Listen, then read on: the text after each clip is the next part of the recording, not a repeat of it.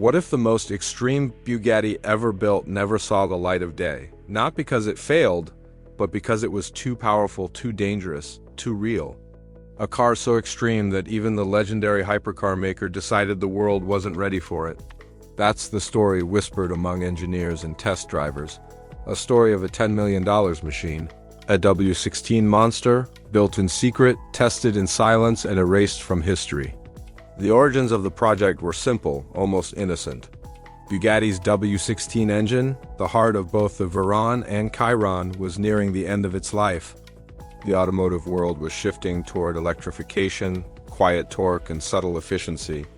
But a small, daring group of engineers wanted one last hurrah, not for customers, not for the showroom, a private experiment to push the limits of a legendary engine, a final tribute to mechanical mayhem. Executives agreed to let it happen, but under strict rules. The car was not to be a public product, no press coverage, no concept reveal. The prototype would exist only inside Bugatti's walls. And yet, within those constraints, the engineers saw the chance to build the wildest machine they would ever touch. A car designed to prove what the W16 could really do when freed from the rules of comfort and compliance. They started by tearing the engine down to its skeleton. Every component was examined, every channel of airflow analyzed. Reinforcements were added to parts that had already survived years of abuse in previous hypercars. Turbos were recalibrated, cooling paths redesigned using racing-grade technology rarely applied in luxury cars. The goal wasn't refinement. It wasn't smoothness. It was pure power, raw and unrestrained. Simulations suggested there was still more to extract. Heat, stress, vibration, all warnings were treated as challenges. How far could they push it before the metal failed? The car's chassis reflected the same philosophy. Comfort was stripped away. Luxury trimmings vanished. Inside, there was no leather, no wood, no gilding, only bare metal, a racing steering wheel, and essential digital readouts. Outside, the car looked brutal and unpolished, a hypercar with manners stripped away. Inside, it felt alive, as if it existed solely to devour speed.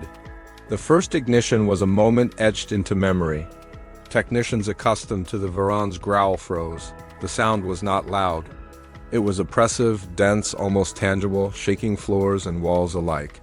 The idle vibrations suggested impatience. A throttle blip could send the revs leaping violently. Some stepped back instinctively. For the engineers, that reaction was validation. They had built something extraordinary. Initial testing was cautious. On a closed track, every touch of the throttle pinned drivers into the seats. Brakes that would feel extreme in other cars were barely adequate. The aerodynamics, active and unrelenting, tilted, flexed, and responded violently to steering inputs. Even at moderate speeds, the car behaved like a coiled spring, ready to explode forward with the slightest provocation.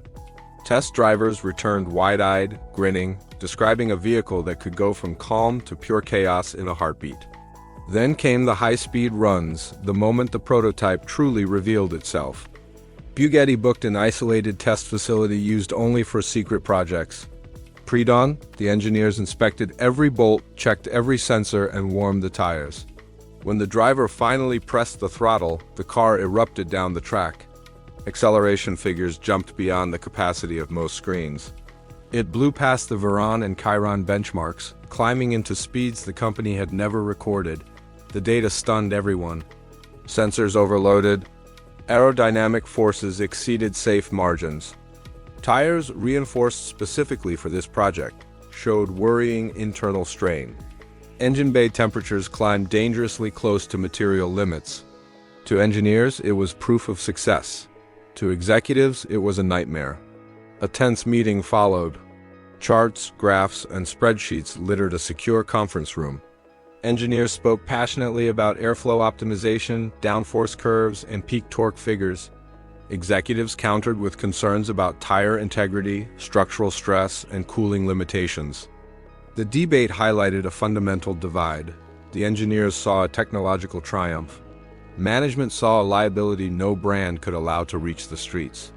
Attempts were made to mitigate the extreme factors. Cooling systems were reinforced. Aero components were reshaped. Even suspension was adjusted to tame violent tendencies. but the raw potential of the W16 refused to be contained. Tire manufacturers refused certification, regulatory bodies could not approve it, and safety teams quietly reminded executives of the catastrophic possibilities if a customer ever drove it. Despite all warnings, the engineers insisted on one final, decisive run. On a frigid morning, a handful of witnesses watched the car roll onto the track. No cameras, no press. Just speed, silence, and tension. The driver accelerated gradually, then hammered the throttle. The car surged forward, transforming the air into a storm of pressure and drag. Tiny bumps on the track tried to nudge it offline, but it remained terrifyingly composed.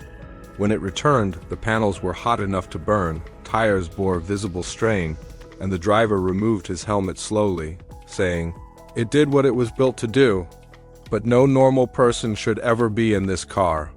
That sentence ended the project. Bugatti decided this prototype would never see the light of day. No refinement, no concept reveal, no marketing stunt. Files were locked down, references scrubbed, and the car moved out of the main facility. Whispers suggest it resides in secure storage, covered and forgotten. Others claim a private collector bought it off the books, locking it away where no one can see. The car wasn't canceled because it failed. It succeeded, terrifyingly so. Too fast for tires, too hot for comfort, too extreme for regulation, too unpredictable for customers. It crossed a line the company was unwilling to risk. Engineers remember it as the greatest machine they've touched.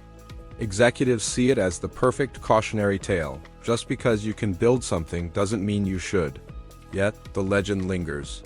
Somewhere that car still exists, silent, cooled, and resting.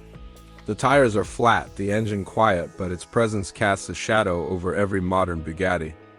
Engineers still reference it in hushed tones during meetings. Test drivers speak of it with a mix of awe and fear. And for automotive enthusiasts, it is a ghost, proof that the limits of hypercar engineering are far beyond what has been shared publicly. Consider what this means. Bugatti revealed many extreme vehicles over the years, from the 1,200 horsepower Chiron Supersport to limited run versions like the Devo. But the secret W16 prototype existed beyond all measured extremes. It was raw, uncompromising speed without the luxury trimmings, the safety nets, or the compliance that defines the brand. A car built to exist purely for the thrill of pushing physics. Its absence from the public eye fuels its mystique. Car collectors, engineers, and enthusiasts alike speculate endlessly. Could it have been the fastest Bugatti ever made? Could it have reached 300 miles per hour? The truth is, no one outside that inner circle knows.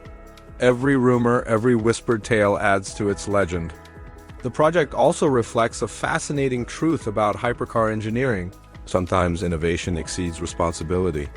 Bugatti is a company synonymous with luxury and power, but also with control and precision. A car like this, as extreme as it was, defied that ethos. In a world where bragging rights often dominate, this machine's ultimate victory was its secrecy, proof of what could be done, hidden because it shouldn't be unleashed. Even today, the prototype is a reference point. When engineers discuss the limits of aerodynamics, tire technology, or heat tolerance, this car is the benchmark. It reminds them, and the public indirectly, that innovation is a double-edged sword. Brilliance comes with danger, speed comes with consequences. And yet, the idea of the car persists. It inspires other projects, fuels engineers' imagination, and serves as a cautionary tale for automakers everywhere. Sometimes the most extreme creations aren't celebrated, they're hidden. The car may never drive publicly again, but its influence is undeniable. Every hypercar that follows carries a shadow of the W16 prototype, a silent challenge to push boundaries responsibly. So what happened to the prototype? No one can say for certain. Some claim it's in a private vault somewhere, preserved like a secret artifact. Others believe it sits under wraps at Bugatti headquarters, a reminder of what happens when raw power meets human caution. Either way, the legend continues to grow. For those who love cars, this story is a glimpse into the unseen side of automotive obsession. The wild, the forbidden, and the machines that could have changed history if only the world had been ready. The W16 prototype is not just a car. It's a symbol of ambition, risk, and the terrifying beauty of a machine built without limits. If stories like this make your pulse race, hit the like button. Subscribe to uncover more hidden automotive legends, lost prototypes, and deep dives into the cars companies never wanted you to see. And share this with a friend who loves speed, secrecy, and the untold side of the car world, because the next hidden hypercar might be even more extreme than this one.